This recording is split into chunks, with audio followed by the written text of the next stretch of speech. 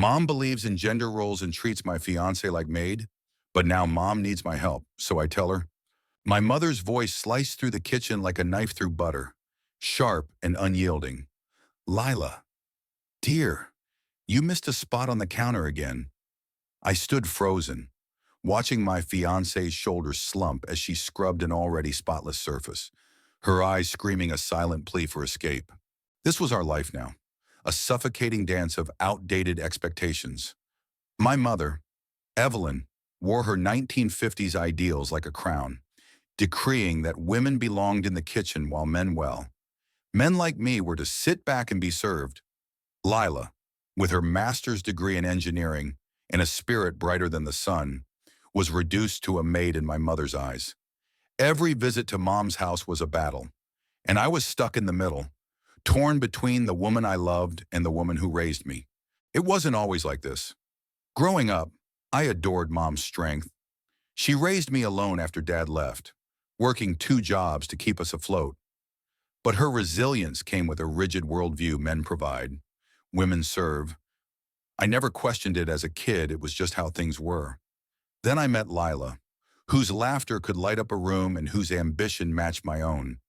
We fell in love fast, dreaming of a future built on equality and mutual respect. But when I brought her home, Mom saw her not as my partner, but as a threat to her carefully constructed order. The first dinner was a disaster. Lila offered to help with the dishes, a polite gesture, but Mom took it as her cue to assign tasks.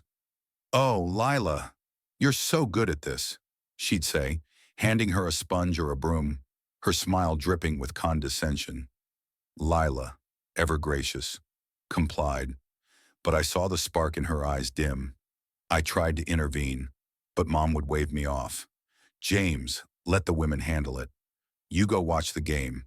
I'd grit my teeth, hating myself for not pushing back harder. Months passed, and the pattern solidified. Every Sunday dinner, Mom would summon Lila to the kitchen, critiquing her every move while I sat uselessly at the table. Lila never complained outright, but her silences grew heavier. One night, as we drove home, she whispered, "I feel like I'm losing myself." James. Her words gutted me.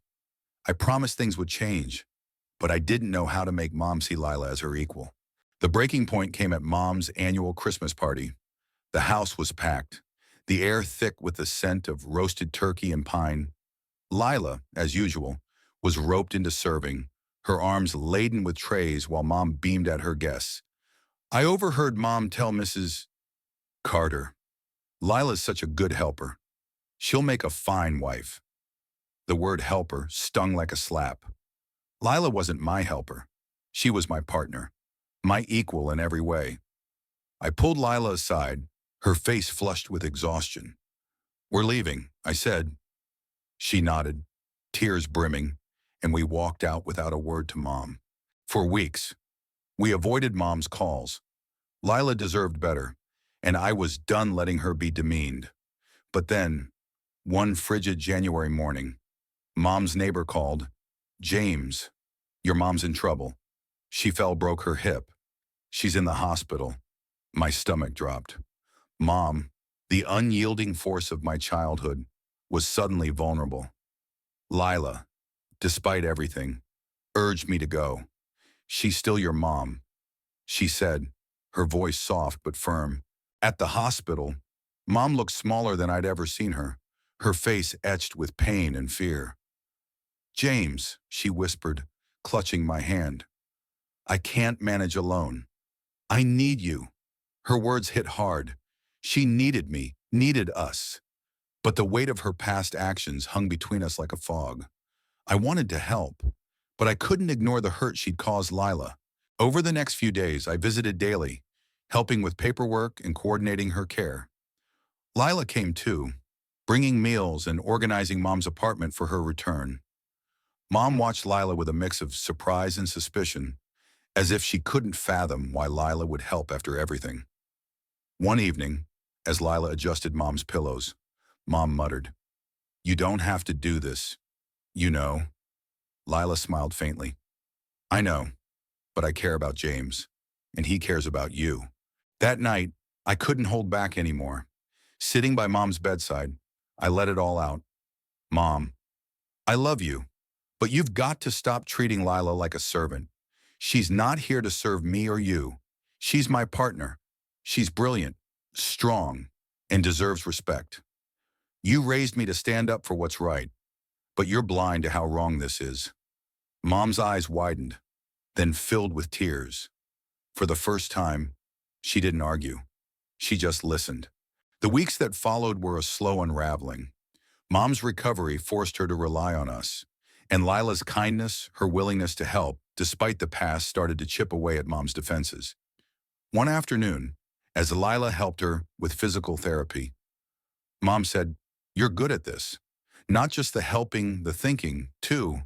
It was small, but it was a start.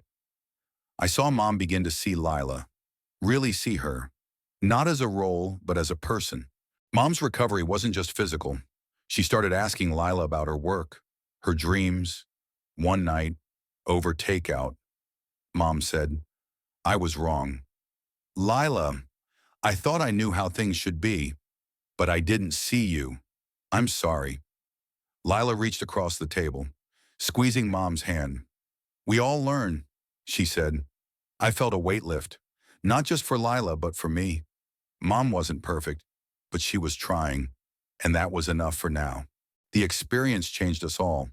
Mom began questioning the rules she'd clung to, realizing they'd trapped her as much as they'd hurt Lila. Lila found her voice, setting boundaries with grace but firmness, and I learned to stand up for what mattered, even when it meant confronting the woman who'd given me everything. Our family wasn't fixed, but it was healing, built on a new foundation of respect and understanding. This story isn't just ours. It's a mirror for anyone caught between love, loyalty, and the courage to challenge what's wrong. What would you do in my place? Was I right to confront Mom, or should I have stayed silent out of respect?